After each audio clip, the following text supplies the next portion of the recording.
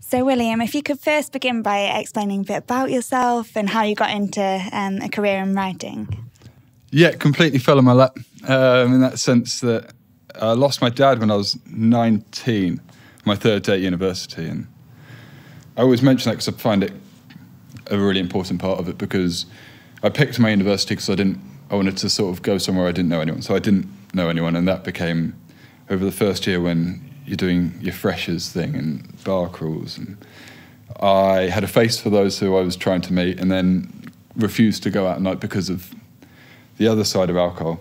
And the second year I went completely the other way and found drugs, and I found that became sort of the best friend.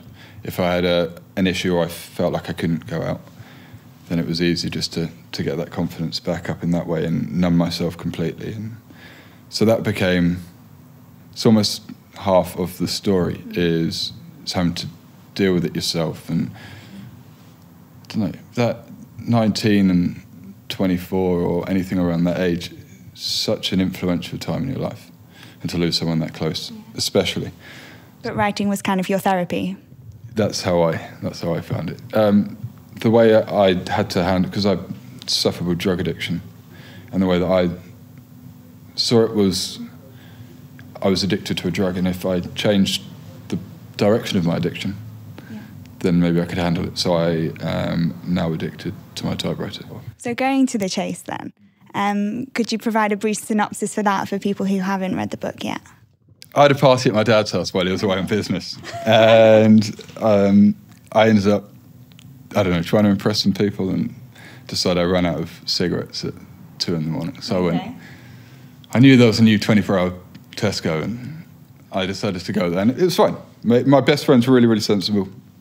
I said, Dad, I need some cigarettes. He went, right, I'm coming with you. And I ended up getting to Tesco, and I don't smoke, I bought cigarettes, and coming back through, I didn't realise my lights weren't on, and a cop car came up behind me.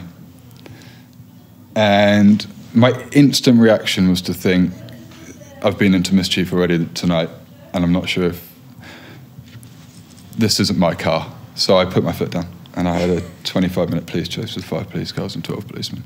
I put the law on the law one. But I wanted to write, that's like the one story that stuck out to me.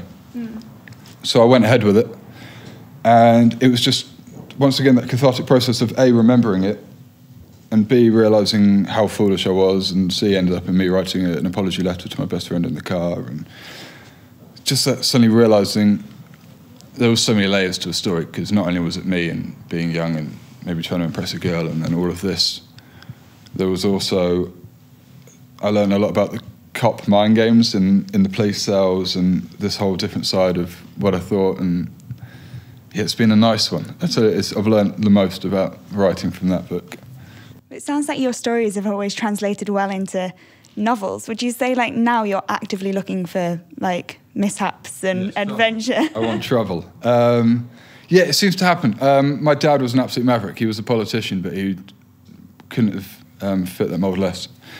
So I was growing up, it was no relaxing beach holidays. It was going on holiday and maybe renting a 50-foot catamaran and ending up sinking that the day before it should have been given back, that sort of stuff. So yeah, it's always sort of been a fun disaster, I guess. Yeah. That's sort of the way I've always looked at it. You never know what's going to happen, that's what I've learned. You can have all the plans you want, you can start the year with a post-it note and say, this is what I want to achieve, but you have no idea. And I think that's what I love, is now I've embraced that. Instead of trying to fight it, I want to just go with it. I want to go off like my brain does. I want to go off on a tangent. If something comes up, I want to run with that one and not really care too much about that. Oh no, I haven't got a steady job in that path. Yeah. I don't know, it's part of it. I'm not going to live forever, so there's no point being too serious. And it'll probably end in much better books and stories for us to read. Yeah, flares and fireworks, cataphods, that sort of stuff. Sparks.